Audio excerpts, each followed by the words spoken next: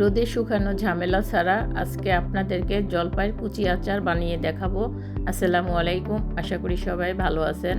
আজকে কুচি আচার বানানোর জন্য আমি হাফ কেজি জলপাই নিয়েছি। জলপাইগুলো একটু বড় সাইজের নিয়েছি।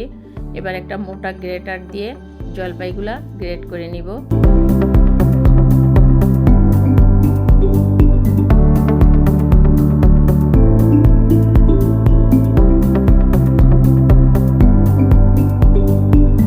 জলপাইগুলো আমার গ্রেট করা হয়ে গেছে।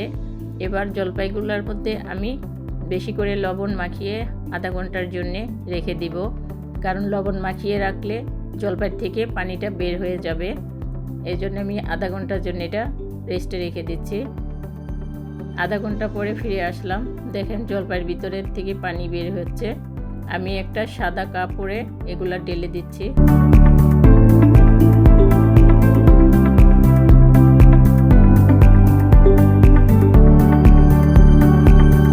এবার আমি কাপড়টা আস্তে আস্তে চেপে চেপে রসগুলা বের করে নিব।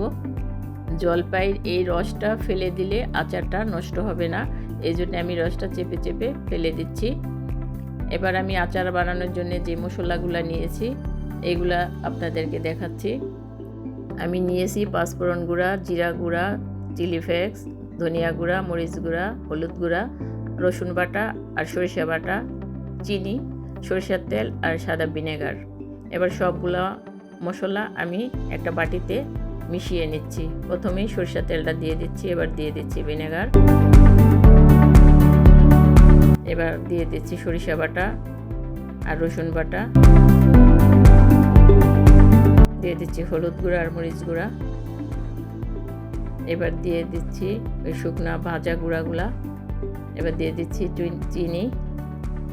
এবার আমি সবগুলা মশলা মিশিয়ে নিচ্ছি। এবার দিয়ে দিচ্ছি জলপাইগুলা। এবার সবগুলা উপকরণ সুন্দরভাবে মিশিয়ে নিব।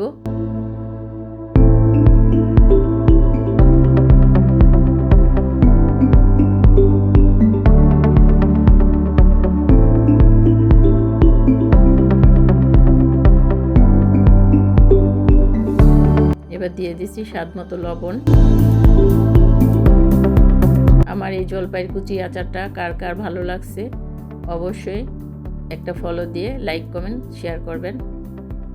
এবার আমি বরমে আচারগুলা ভরে নিচ্ছি। আচারগুলা বেশি ঠেসে ঠেসে ভরবো না, যাতে ভিতরে তেল ঢুকতে পারে ওইভাবে ভরবো হালকাভাবে। এবার আমি তেল দিয়ে দিচ্ছি। তেল দেওয়ার পরে এই আচারগুলো আপনারা রোদ্রে শুকিয়ে সারা বছর খেতে পারবেন।